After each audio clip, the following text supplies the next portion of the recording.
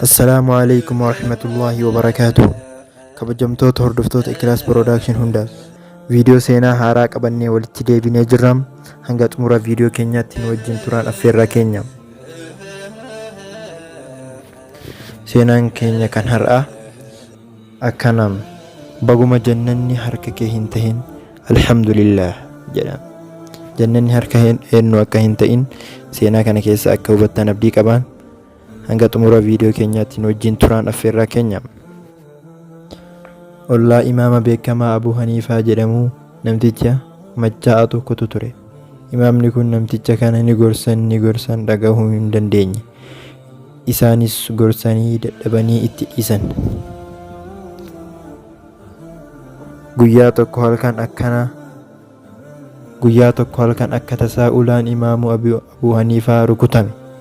Yeroo ulaa irraa banan haadha warra namticha machaa'aa ollaa isaanii argan. Isheenis akkana jette, yaa Abuu Haniifaa, abbaa warra koo du'ee jira. Salaata janaazaa irratti naaf salaataa jettee gaafatte. Isaanis nama kamrii dhugee machaa'uu irratti hin salaatu jedhanii didan. Guyyoota muraasa booda Abuu Haniifaan abjuu yookaan manaamaan namicha kana bakka miidhagduu taate keessatti osoo inni bashannanuu argan.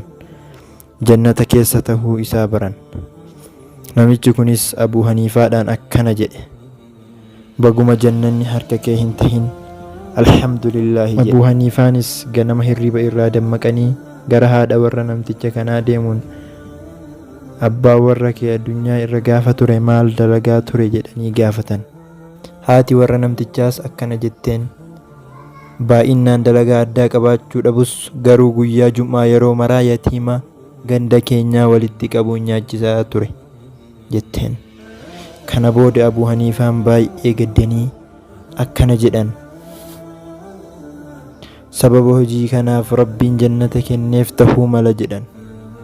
Kana booda imaamni kun akkana jechuun ummata gorsuu jalqaban. Abaluun badii hojjeta jettanii maqaa wal hin balleessinaa, walis hin arrabsinaa. Rabbiin hojii inni ittiin jannata nu naqu hin beektan.